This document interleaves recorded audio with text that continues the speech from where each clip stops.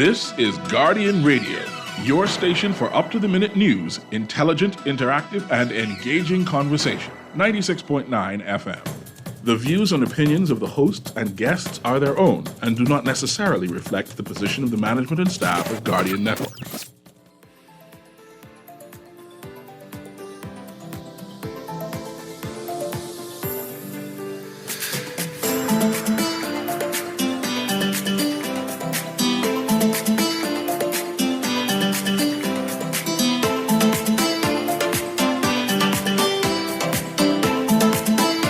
Good morning and welcome to Guardian Radio AM. Today is Monday, back to school day, and it's September 4th, and it's a little after 11 o'clock in the morning. Once again, this is CA Newry, and I shall be your host for today as we continue a conversation briefly with Erin had on the clock. I'm going to continue this conversation because one or two things she pricked my imagination. I said, no, you can't just leave it like that. I need to understand exactly what you're saying. Just yesterday, our Prime Minister had a shuffle. And I said, people have a shuffle all the time. This is not big news. This is small things. Allow our Prime Minister to do what he has to do. He is refocusing, re-strategizing into his last 2 years into this administration, or concluding the first 2 years, going to the last 3 years. Perhaps that's a better phrasing. And I could understand and appreciate that. He did one or two shuffles and he did a summary. And I said, there shouldn't be no complaint for that. So I wanted to quickly discuss that. And after that, I'm going to transition to Miss Erica Morris, who is the proprietor, principal at Legacy College Readiness and Tours, which is a comprehensive college readiness firm. And I'm trying to understand, what do you mean readiness firm? And why are we talking about colleges after school start, right? So I'm actually going to have her come on to explain exactly what it is that she does for Bahamian students and what we as parents need to be doing in order to get our students, our children ready for university, particularly since grades ain't really that good, right? Yeah. So I wanted to hash that out and say what things that we could be doing to help our students more. But let me ask Erin this. The Prime Minister had a shuffle. It was no big deal, right? It was a big deal. It was a big deal? I mean, it should have been a big deal, but it turned out to not be a big deal. And you had some, for lack of a better word, concerns, or you want to do some commentary on one or two of the ministers. And I said, I want us to hash that out. On the other show, you mentioned, before we transitioned, Miles LaRota, who was then the Minister of NIB. No, he wasn't the Minister of NIB. He wasn't the junior minister responsible for NIB? I thought he was in the office of the Prime Minister. He's junior minister, or not junior minister. Yeah, I guess, what it is? Junior minister. No, I don't know if he was, I don't know if he was a Minister of State or... Minister of State, that's a better what word. he was, right? Yes, Minister of State, not junior minister. Go ahead. Right. But responsible for national insurance. But I think operating in the office of the Prime Minister, right? Or out yes. From the office of the Prime Minister. And now he is, again, Minister of State to OPM. I don't see any mention of NIB there. And now we have a substantive minister for national insurance, as Alfred says, immigration and national insurance. So you're saying that LaRota was not promoted. He remains the same. It appears as if he was not promoted, right? Okay. That may be of his choice. Maybe national insurance is not where his passion or his technical expertise lies, right? And mind you, we've had some issues with NIB, but Mr. LaRota was the only person who came toward the people them and explained these are the issues. This is where we stand, and this is what we're working on. Yeah. So I was comfortable with him, and it was a breath of fresh air to see someone so frank, even though I felt uneasy, saying, "But why he keep on challenging the Prime Minister when the Prime Minister?" But he didn't challenge. I don't think you understand. He didn't challenge the Prime Minister, right? Mm-hmm. He spoke, and then the Prime Minister came back behind him and said something that seemed to contradict what LaRota was saying. And then LaRota come back and say the same thing again after the Prime Minister said it again. It's like constantly the Prime Minister speak and made an official position that we ain't touching NIB. Because he's the Prime Minister, I'll allow you to put the Prime Minister in the front. Like whenever the Prime Minister speaks, whatever you said falls behind him. I don't think that's what equal among equals means, but I'm willing to explore it. I don't think that LaRota was challenging the PM as much as LaRota was attempting to ensure that he acted with integrity and lived up to his real or perceived ethical and statutory duties holding that spot. I look to LaRota and I would say, hey, you need to figure out how you gonna, I don't want to say promote, not necessarily promote, but not punish him or let people perceive or think that he's been punished, because he seems to be the only actor in the House of Assembly that is sincerely, I don't want to say that, in the cabinet space, that is sincerely attempting to not just balance their obligations to the various entities, but for that to be seen by the people that he is attempting to balance these obligations. Who's responsible was responsible for disaster preparedness? Wasn't it LaRota also? I think it was, eh? And who's now responsible for disaster preparedness? I'm just showing you to see if there was any demotion or lack of responsibility. Who knows? Because it was not clearly indicated in the information the government chose to share with us, the people. The thing about signs. I think that LaRota got that one of his responsibility removed when he was confirmed as a state minister for someplace else. But we'll investigate that what further. has he been confirmed as a state minister for? I thought you got a list. You didn't see the list? No. It says I have a picture someplace. The thing that I saw from the government last night said office of the prime minister. Again, drawing. So you floating? Drawing us back to our earlier show. Who is responsible for the publication of verified information in a timely fashion? Because we pay in all kinds of people. Now we have a Ministry of Information. Is the communications office going to now sit under the Ministry of Information? Are they going to be answerable to the Minister for Information? Is the Minister of Information going to have to consult? You could imagine that you're the Minister for Information and you have to consult with the Office of the Prime Minister and the Communications Office before you could say anything about information. It kind of defeats the purpose, Mr. Newry. And I do want you to run through, and maybe you have to discuss this again on Wednesday, right? I have a 2023 Cabinet of the Commonwealth of the Bahamas brochure, picture thing, right? The aqua one, right? Yes, the aqua one. Yeah. It had, I'm going through the names, it had Philip Davis, Chester Cooper. It only lists Myra Minister of Boleg, State OPM. Ginger Moxie, Jomo Campbell, Pierre Glover, Michael Darver, Clay Sweeting, Keith Bell, Wayne Monroe, Vaughn Miller, Jo Beth Davis, Fred Mitchell, Glennis Martin, Obi Wilshcombe, Alfred Sayers, Ryan Pinder, and Michael Haikides, and it just stops. Unless I'm missing a page. I think you may be missing a page, but I think I have that page, Mr. Newry, but it doesn't list anything but OPM for LaRota. Here it is. That's the last page that you're looking for with LaRota? Yes, I don't have that. Yeah, but it don't say anything. Okay. Also, Anyway, it has like Basil I said- McIntosh, Miles LaRota, and he's just a Minister of State of the office.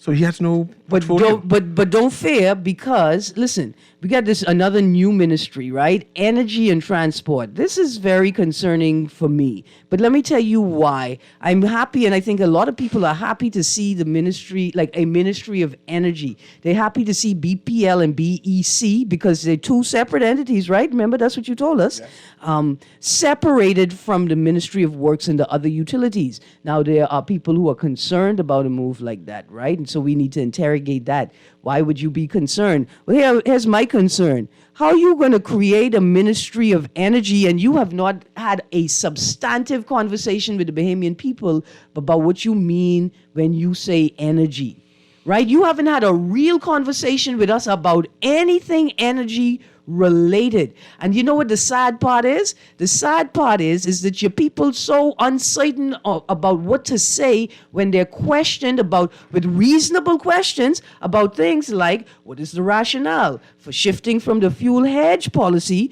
to the fuel surcharge increase policy? Something as simple as that, right? You all have created this environment at BPL where nobody want to say anything, and people like the new BPL board would have the audacity to tell the Chamber of Commerce, oh, we're not speaking to any questions put to the old board, right? I appreciate your critique. I'm not even going to address it. I appreciate it because I see your concerns. The concerns are warranted. But we ain't even finished yet, right? Why are you putting energy and transport together? Now, this is very concerning for me. I can tell you why. Is it because you gain the bulk of your tax revenue from energy-related activity and car and transport and airplane and boat-related activity? Or is it that all of the actors, right? Is it about the actors that are involved in these industries and you want that space, all of that to be managed by one space because it makes it easier for you to govern? You haven't even told us yet how you intend to fulfill your promise of making 30% of New Providence solar by 2030. And you only have 7 years left. We have a minister who's going to be responsible for that now. Now, she's going to be responsible for it, but the question is this. Can a novice MP and minister... Why you call a woman novice? Like, that's a bad word. It's not a bad word, but it is what it is. Can a novice MP and minister take on not just the portfolio of energy and all that it entails, but couple that with energy and transport? And are we going to see a similar? Are we going to see a similar situation where the most prominent part of the portfolio is taken and moved to the office of the Prime Minister? And is that why we don't know what La Rota get yet? Right? These are questions that need to be asked because it happened with Romy Ferreira. And we could see what arose out of that. Let me tell you what arose out of the Prime Minister taking that part of the natural resources part of the portfolio from Romy Ferreira. Now you got the current Prime Minister saying madness like, a debt for nature swap. Is that what y'all been waking on in the office of the Prime Minister for so many years? Let's pick another minister. We can come back to that too. Wednesday is a good day. When we do mash down and have the 2 hours to hash everything out. We just limited on time. What other ministry or shuffle person you were... I mean, we don't get to talk about Keith Bell anymore, because I think we need to harp upon the fact that Keith Bell should have been fired. And I hear you. Yeah, and okay, perhaps he should have been. But if he was fired, would you have allowed him to be picked up for another ministry? No, fired into the back bench. You don't get fired and then you could just get He is one of the most competent ministers that the Davis Cooper administration has. Repeat it. He is one of the most competent ministers the Davis Cooper administration has. You hear it? You hear how it sounds? Yeah, that's what it they're sounds pushing like on. madness. First of and all, that's why they continue to push him forward. There's no such thing as a Davis Cooper administration. Not according to this administration. Second of all, there's no such thing as a deputy prime minister. Y'all might as well just pack up your bags. You let these by them, and I say that respectfully because that's how they are acting, right? You let them create a whole office that does not exist in the Constitution. Semantics, Aaron. It has no function but to establish a power hierarchy in your party. So let's right? go to this question. You believe Keith Bell competent enough to do what he to his new ministry? That's what the question is. That's the conclusion. You don't believe he's competent enough? No. You don't believe he have the skills to deal with housing? No. To build houses? He got up and decided that it was not a problem to can't build houses? A swearing-in ceremony at a funeral. Yeah, that's past. Not just a funeral. It's not just a funeral, but the funeral of the immediate family member of the people being sworn in. He has shown us clearly that he is unable to exercise good judgment. I gotta go. Anyway, you gotta go. No, take time. Okay. No, I just see the producer just step out and at the same time we get the transition. Okay, so we got two new ministers, right? I'm not quite upset about that. Pierre Glover role, Labour in the public service. There's been a lot of movement in the public service. I am not sure if everybody is happy about it, but things are happening. I wonder why the shift from why did you have immigration and labor together in the first place and didn't think things like this was going to happen? But now you've shifted to labor and the public service. This has me a little bit concerned, Mr. Newry. You know why? Because I have not had one union member speak clearly to the memorandum of understanding struck up between the Trade Congress and the PLP while in opposition. Mm-hmm. I've not had one sensible, transparent, clear statement The labor union hasn't commented on it either. on how they got to that point and what the implications of said decision are, right? And so this troubles me. There certainly has not been enough interrogation in that space, especially since it appears we have a union to parliament pipeline operating successfully in the country. Now, Minister of State for Aviation in the Ministry of Transport, Investment and Aviation, I think that may be a good move. I think we require greater oversight for the aviation field, all of the small, particularly all of the small carriers and inter-island travel. I think that's very important. And so I don't have a problem with that. I think that tourism investment in aviation is too large of a portfolio. Not only does it rest too much, quote unquote, power and discretion in one person's hand, but I think those individual portfolios require greater space to expand. Yeah. Again, Leon Lundy, Leonardo Lightbourne, Mikhail Bonnaby, what they doing? Are they a part of the cabinet, or they're part of the backbenchers who were support staff in the office of the prime minister? Because Lundy was in the office of the prime minister, maybe as a parliamentary secretary. So that's not cabinet. I need to see their salaries and see if they were getting support staff salary. That's what I'm gonna need to see. Boy. But yeah, this the national address from the prime minister was insufficient. It was insufficient. It was a summary, though, Aaron. It was just a summary. Even a summary. It wasn't even a summary. And you scalped all of this talent from the media space, and this is all that you could come up with? That's the best we have. It's emptiness. It's the talent that he wrote that. It's rhetoric. I have a text that says, I agree 100% with Aaron Green. Reference Keith Bell. His transfer is a mere band-aid and represents poor leadership. Great story as usual, Miss Green. Keith Bell is a Bahamian. One thing he could do is eat conch and build house. See? We could build house. Let's see. Whatever happened with the gun case involving the who? Anyway, won't be reading that. Good morning, Mr. Newry. Was trying to get into Aaron's show, but maybe you can answer. The PM's justification for placing Jobette Colby Davis in energy, claiming she would bring experience having worked legally in the energy sector, but wasn't she the lawyer for the Bahamas Petroleum? What expert advice would she have for renewable energy?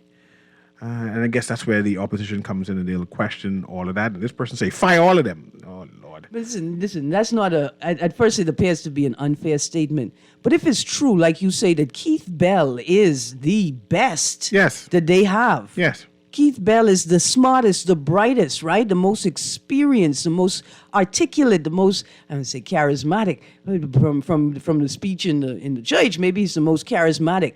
That's the best? Fire them all, then.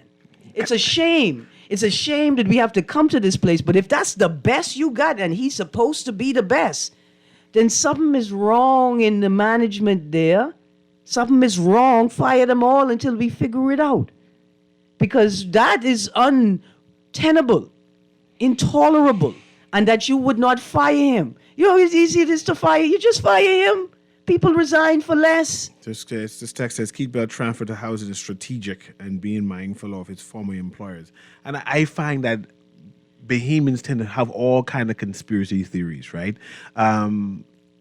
We know that a particular housing development is a partner with the government in terms of building houses. The government have no other choice but to partner with them in order to have mass amount of housing constructed. What's the name of the partner? Who they partnering with? We partner with a number of construction companies, and one of the partners we're partnering with is Outback Homes. You can go there and see that the government has been historically being partnered with them to build low-cost homes for Bahamians. Outback Homes' former CEO is the gentleman who got up recently and chastised the government for having not repealed the Quieting of Titles Act. So what have to do with partnering with construction companies? I'm saying maybe the taxi union is not the only space that requires a code of ethic. I'm also saying, Mr. Newry, your producer's back? Yeah, the producer's back. Right. I'm also saying that without mechanisms to manage conflicts of interest,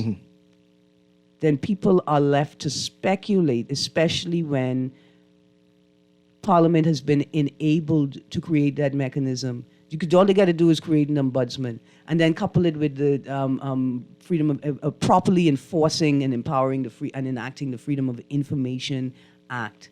It's as simple as that. You know what could make it even easier? Instead of the Prime Minister jumping up every 3 seconds and throwing his voice into matters that don't concern him, he could just shut up. I'll close with that. This is Guardian Radio in the AM with C.A. Newry. Of course, Aaron stayed an extra 10 minutes with me. They got the producers back here. We're going straight to commercial break right now. And then we come back, we're going to be speaking to Miss Erica Morris from Legacy College Readiness and Tours. And it's a comprehensive college readiness firm. And we'll be right back to explain what exactly that is. But that's appeal. On Guardian Radio 96.9 FM. Fresh news, smart talk, all day. Always on the go? Missed the show? You can now listen to Guardian Radio talk shows anytime, anywhere on Spotify and YouTube by searching Guardian Radio 96.9 FM or by entering the name of your favorite show. You can also listen by logging on to guardiantalkradio.com and clicking on the podcast tab. Guardian Radio, continuing to provide you with fresh news and smart talk anywhere, anytime, all day.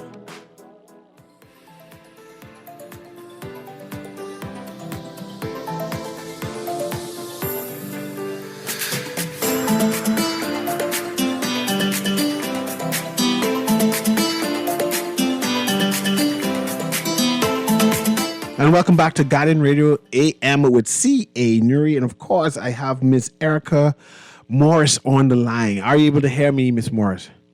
I can hear you loud and clear, Cecil. Thank you very much. And thanks for agreeing to come on the show, right? I know that you have an institute, right, that you help Bahamian kids get ready for university life. And I don't understand what exactly is a comprehensive college readiness firm. What exactly is it that you do? Okay. You would, hear of a lot of people that's just assisting kids with getting scholarships to go off to school. I also do workshops from the 7th through the 12th grade on what you should be doing to prepare yourself to go to college. I also feel as one of the better ways of deciding which college you're going to go to and finding the best fit is, if you can, is to physically visit those schools. So I have a tour aspect of it. And the other thing, when I say comprehensive, we have a lot of students that go off to school, and a lot of them are like me. When I graduated the St. Augustine's College, June 24th, 1992, I had no idea what I wanted to do. I had no clue. And I just picked hospitality management because that's all I knew. Okay. And I wasn't going to be a doctor. Didn't want to be a lawyer, even though people tell me I can argue a point. I should have done that. Or an accountant, that was just too much moving numbers around for me. So what I also offer is, and especially for 9th graders, I offer career assessment, evaluations, okay? And basically, it's not the free ones that you get off of the internet. And it's basically helping that child to decide, is this the field for me? Is this something that I really want to get into? After I switched my major from hospitality management, I went into marketing. And I had 2 semesters left for getting my bachelor's degree when I realized that marketing entails a lot of math. I don't need to know the logarithm of my money. All I need to know how to do is to add, multiply, subtract, and divide. And when I had to do a class, it's like quantitative methods of business, and it was all math, I said, nope, I'm not going to do that. I then switched my major again. So I switched my major 5 times because I didn't know what it was that I wanted to do. And then we have a lot of kids that go and get degrees for something that they're really not interested in. And especially as international students, they have to complete, go to school for those 12 credits, or take those 4 classes, or they'll be out of status. So in the ninth grade, because we know going to the 10th grade is when you have to decide on which electives you're going to pick based on the career that you're interested in. But let me stop you right there. Go ahead. Right? Mm-hmm. I always thought your college career, or the thought of your college career, started in grade 10. Right, that's what they told me. Mm-hmm. Now you're saying that you are targeting ninth graders, and mind you, I understand why, right? Because 10th grade to me is kind of late. But go ahead. Why is the grade 9 is important? I actually think that process. That's why I said college. I do start college readiness from the 7th grade. In the United States, the college selection process starts mainly in the 7th grade. In China, it starts from kindergarten. Okay? And how do we do that? We do that through exposure. And a lot of people start that, like, how do you start that process in kindergarten? You expose your kids to different things. Okay? And with me, I'm like, okay, I'm not going that far. I'll start in the 7th grade. I will be doing college tours in the 7th grade locally. Okay. Because I was going to ask you how, right? And I'm going to be real in terms of Bahamians who are limited in terms of travel, limited in terms of finance, right? Mm-hmm. How do you prepare in grade 7, I didn't even understand what was school. So you talk about college that seems so far off that I hear you say college readiness as early as grade 7. I just don't see how a parent who see a child that finished primary school could say, well, let me have you tour when you say you ask your child what you want to be when you grew up. When I was in grade 6, I wanted to be Spider-Man. That's not a career. So how do I start saying, let me start selecting school to select to be a superhero? Okay, well, now superheroes, I don't know. Okay. My son in the 5th grade, he said he wanted to be a gamer. And of course, the mother part of me, oh, no, you're not. I'm not spending money for you to go to be a gamer. But then the college counselor part of me said, okay, let's do some research on what gamers do. Parents, they make a lot of money. Okay? But which aspect of gaming do you want to do? Are you one of those that want to create the games and want to draw? That's one aspect of it. Are you one of those that want to build the game? That's another aspect of it. There are many different aspects of it. Are you one of those that want to test the games? And what I realized, so what I did, and I had the opportunity to, I took my son to 3 schools. We were in Florida at the time. We went to Ringling, a College of Art and Design. We went to another school called Weber, and we went to Florida Polytech. And each of them offered something different in gaming. Each of them, okay? And I know my son doesn't have an artistic bone in his body. He can't even draw a stick figure, okay? So we knew that aspect of it wasn't there. So when we went to Florida Polytech, they have a gamer's room where people actually come and those kids compete. And it's like a stadium size. It's made just like a stadium. And people come in and watch those people compete. Okay? And those gamers, they're good in physics and they're good in math. Okay? And they're paid handsomely to sit down and play a game for the company to say, okay, and for them to say, this is wrong with this game. I think if you did this, because if you look at the games like, oh God, what do they play? Fortnite. Does it ever end? Can you reach the highest level? So You know, let me ask go this ahead. then. I'm in grade 7. No, my child's in grade 7. Your job is as a readiness, college readiness So professional. we What are don't the call it that steps? Okay, go ahead. What in do you grade call it? 7. So let me tell you what they do. So, you talk to the kids, and I think that's in grade 7 is when they should start doing community service. Okay?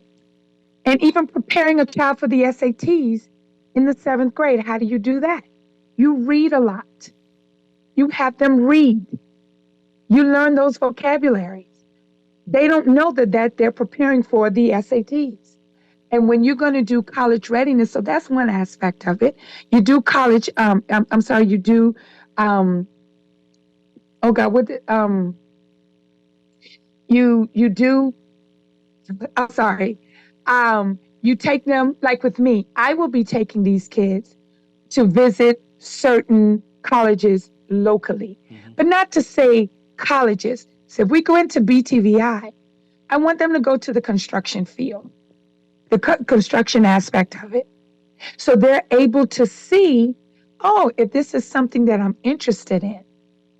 You take them to a, let's say, a BAMSI, and you let them see what BAMSI does. BAMSI does a whole lot more than just farming. They think it's a field trip, okay? But you're planting that in their minds to say, hey, I saw that. I saw when they were dealing with the cows. I like animals. I think I want to do that. My child's father said he knew from he was 8 years old that he wanted to be a pilot. He went to an air and sea show, and he just loved how the Blue Angels, and he said, I want to be a pilot. And he fulfilled that. It's just about exposing your kids to different things and understanding that the world does not revolve around their little community. Basically, taking them out of their communities and visiting, businesses, visiting colleges that actually have some of these degrees. And like you said, going on a farm, watching someone help a cow give birth. Those are ways that you prepare a child for what it is that they want to do. Help them read books. I am a big proponent for kids, exposing kids. I'm a big proponent for that. And I do understand that not everyone is able to afford to take their kids out. So, Miss Morris. That's why. Go ahead. So, Miss Morris, basically, you expose Bahamian kids to opportunities and so they can consider where they should pursue their educational aspirations. And what they want to do. So, much. But That's okay. what I do. I know that you do a number of schools in the United States. I'm assuming SATs are still important. What about this thing called ACT? For some schools. So what is important? What should our kids be aware of before they apply to go to university? Well, you basically have to find a fit. And that goes for me. I don't look at a child who says, oh, I want to go off to college, and I just look at the financial aspect of it. That may not be an important aspect for the student. Their parents may be able to afford $50,000. But do you want to go to a school up north where it snows? Do you want to go to school in the Midwest? Do you want to go to school in Florida? Those are the things that you have to look at. Is the school test optional? What do they mean test optional? Do you need the SATs or do I not need the SATs? I give you this example. Embry-Riddle Aeronautical University is one of the top aeronautical universities in the country, in the United States. They don't require SATs. Depending on which country you come from, they look at your country's standardized testing. I've had 2 students to go through there, and they looked at their BGC SE scores, and they wanted them to have a B or above in math and in English. Florida Institute of Technology is the same as well. And then you have some schools that don't look at the SATs at all. Then you have some schools, if you want scholarships, you have to perform at the SATs. I use Howard University as an example. I've had 2 students to go to Howard on a partial scholarship. Okay. And you might have needed 1350. I have a student right now in Exuma that has a 3.98 and scored a 1410 on his SATs, and he wants to take it again. You know why? Because now Howard University was like, yeah, 1410 is good, but we have kids who come in here with a 1500. So that is what I help people, because you don't go to a school because that's where your friends went. Their experiences with their experience, that may not be the same for you. So I sit down with the student and I ask, what is it that you're looking for? Even right down to the size of the school. I would never, and with me doing this for so long, I'm able to read kids. I would never put a certain student on the campus of the University of Central Florida, which is the largest university. I want us to go through the process that a parent comes to you and what's the steps. But before that, I have a caller who wants to engage you. But I want to go through that process before that. But let's patch this caller through. Go ahead, caller. Can you hear me? Producer, patch the caller through. Can you hear me, caller? Hello? Caller going once. Caller going twice. Okay, that call is gone. Oh, go ahead, caller. I almost missed you just now. Go ahead. That's Erica Morris. Go ahead. Morning to you and your guest. I listen to your guest, right? I have a son who's in university. Can you hear me? Yes, loud and clear. Okay, the steps that we followed. We prepared my son. Number one, we didn't have the money for college. So because we know we didn't have the money, we had to look at alternatives. And one of the alternatives, we had to concentrate on getting the scholarship. So what me and my wife did to prepare my son, first of all, we prepared him for BJCs.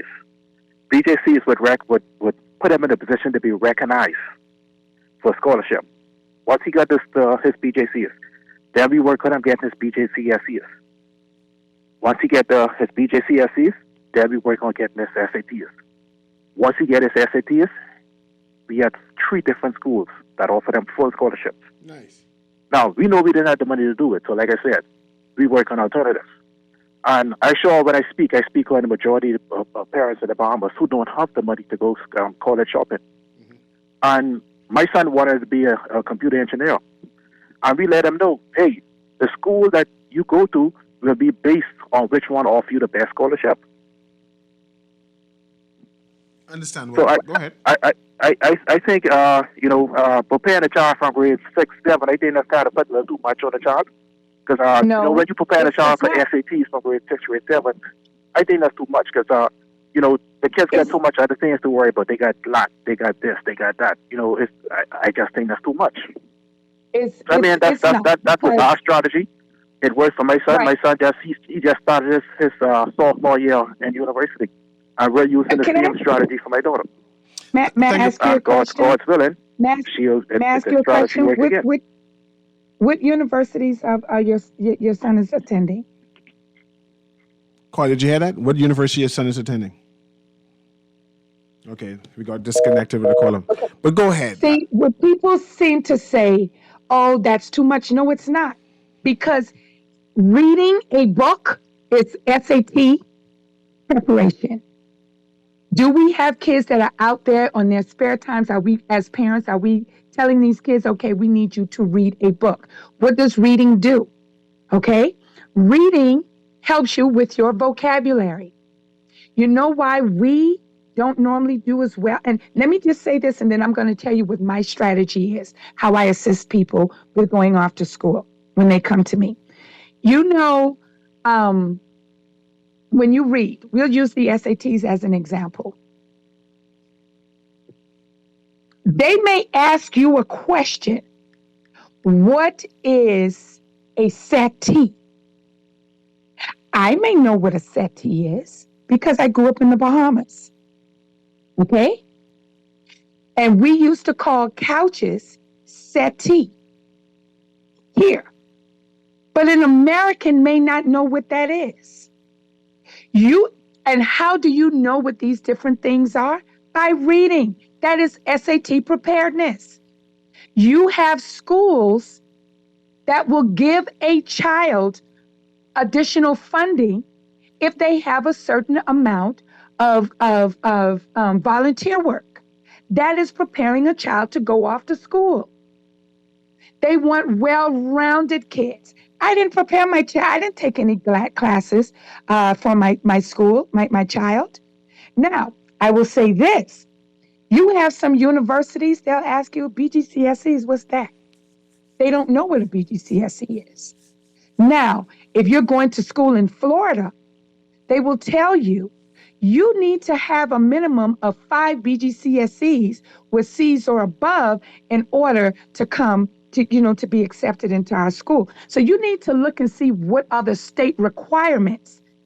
You may be able to go to the state of Florida and get an undergraduate degree in architecture, but you're not going to do that in Pennsylvania. Why? Because in Pennsylvania said if you want to be an architect, okay, you have to do 2 years of theory and the next 2 years of practical. But because of your visa, you cannot do that. You can get a degree in architecture, but you won't be an architect. See, and that's what people fail to realize. So back to it, there's so many things that goes into the college selection process. Me personally, if you have the funds, that's fine. Sometimes selecting the school based on what scholarship that they give you may not be the best choice for your child. So you have to find something. You may say, okay, well, this school is giving me $30,000, but they don't really have a good computer science program. And not to say that if it's not ABET, it's not good. I look for ABET. ABET will be the highest accreditation that you can get internationally in computer science. So those are the things that I do. So a parent comes to me, I basically tell them, listen, when you come to me, I explain who I am, and I say this to them, and all of my parents will confirm. When you come to me, you're saying, Ms. Morris, I am ready to cut the umbilical cord. And I let them know right off the top, and especially if their child is 18 years or older, because when this child goes off to school, the school looks at them as an adult. They're no longer talking to you, okay? I need our kids to be able to speak up for themselves and say what it is that they want to do. That's what I do. So I ask certain questions for these children. What type of school are you looking for? First of all, what is your major? What type of school are you looking for? Are you looking for a private? Are you looking for, a tech? Are you interested in going to a community college? Are you looking for a public school? All of this matters. And they narrow that down and say, this is the type of school. You got to even look at where they want to be placed in a region. I have some kids who even that is the better option for them to go, no, Miss Morris, I don't want to go up north. I don't like the cold. It's finding the best fit for them. Okay? So once I get all of this, I have them narrow down the schools based on what it is that they want. And that's what we go after. Then I have a conversation with the parents. This is the school your child is interested in, and this is what the shortfall is. Now, I would love to know what school their child went to that got a full ride, because very few schools in the United States will give an international student a full ride. Are there some? Yes, but it's not that many. I've had children go to Morgan State on a full ride, but I had to negotiate their SATs results. And I've had a child who had an opportunity to go to Howard on a full ride. Very few schools give international students full rides. Okay? So once you've gotten all of that, you see what grades, what GPA, because you have to have some students. If you want to go into this particular program, did you take any physics or chemistry or biology while you were in school? These are things that you have to look at. It is so much more than just finding the school that's going to give you the most money, because that may not be the best fit for you. So when now we've taken care of all of that, Now I talk to the parents. How much can you afford? These are the schools that your child wants to go to. And they'll come to you all the time, Ms. Morris. I could only afford $5,000 for the year. So everything that the child said, okay, this is what they want. The parent can't afford that. Or they can. And for those who can't afford what their kids want, we go back to the drawing board. But I always offer even the community college route. I offer that. And people have this notion, oh, you're going to community college because you couldn't make it into a four-year institution. You're not smart enough. That's not true. And I hope his mother doesn't mind. Well, she doesn't. I have a student who's at St. Petersburg Community College right now who had a 1380 in his SATs and had a 3.98 Miles Worrell. Brilliant child. So my question to you, Miss Morris, do you have a cadre of school that you have a list of schools that you say, hey, when you come to me, I'll try fit you into these schools? How did you find which school to send your children? Here is how I do. I work with about 30 schools. I have a lot of schools that I keep my Family Island kids in mind. I have schools where if for parents that don't have that much, but with stackable scholarships, they do. And I have Emory University. I have really high-end schools. Okay, but I work within a parameter of 30 schools. However, if a student is interested in working with the school on the outside of that, that's fine. I can do that as well.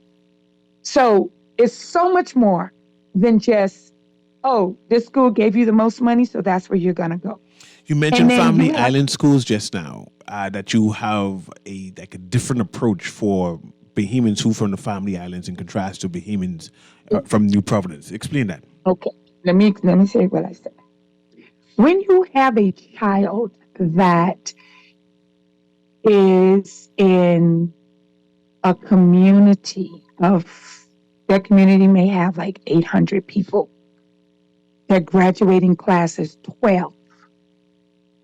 To put them on a campus of 10,000 or more may be overwhelming. That's what I mean. So I have smaller private schools. I have a school in North Carolina, St. Andrews, and I have one in Florida. Each of those campuses have about 1,000 kids on the campus. Remote town, or even a community college with a smaller community college. I would normally recommend that depending on the child. Okay. Now, you have some that can go to the University of Central Florida. And by the way, the president of the University of Central Florida, he's Bahamian too, Mr. Cartwright. Just thought you should know that. Okay? And then you have some kids that wants to go to the University of Central Florida. Okay? But if you are preparing your kids to go to school in the United States, you have some schools in the United States that says, what are BGCSEs? They don't know what that is. And BJCs now is it's a standardized testing for the Bahamas. You have schools in the U.S. who may say that is of no concern to me. So finding out which schools they're going to, like the gentleman said, the SATs afterwards, you're right. But let's hope that the school that your child wants to go to, the SATs aren't a requirement. We don't normally do well on the SATs, not because we're not smart. It's not because of that. It's because it's normally, in some cases, it's an afterthought. We focus more on the BGCSEs. You see, that's what we focus a lot on. And then especially kids coming from the public school system, they need the BGCs in order to get a diploma. So it's a lot of moving dynamics in that. Nice. So let's see how to get in contact with you. If you have a young adult who is interested in going abroad, even interested in going to local colleges here, but they just don't understand exactly the process or what all the child needs to get into university, they get in contact with you. You guide them. How do they get in contact with you? And then your pitch. Well, of course, they would either call me on 802-5278, or they can email me at legacycollegetours with an S at gmail.com. And when they call me, they say, "Hey, Miss Morris," and this is, I get a lot of my business by word of mouth. "Hey, Miss Morris, I'm interested in going off to school, and this is what I want to major in." You have some kids that are sure, some kids that are not sure. Okay? And I offer, especially, even if they're sure, I would always offer my, the career assessment just to see. And you know why I do that? Because the parents, "Oh, she's going to be a doctor, she's going to be an engineer, and this, that, and the other, blah, blah, blah, blah." And I don't talk to the kids by myself. And then I get an email from the student, or I get a call on the side, "Miss Morris, I don't want to be a doctor." Then we need to have a real conversation with the parents. And we go from there. Excellent. That has been a conversation with Erica Morris. And the name of your company again, Erica? It's Legacy College Readiness and Tours. And can I just let them know about the college fair that's coming up? Quickly. Okay. We do have a college fair that's coming up at Atlantis on the 16th, Saturday, September 16th. It's going to be at Atlantis. You can give me a call, and I can, shoot you a flyer for you to register, or you can go to my website,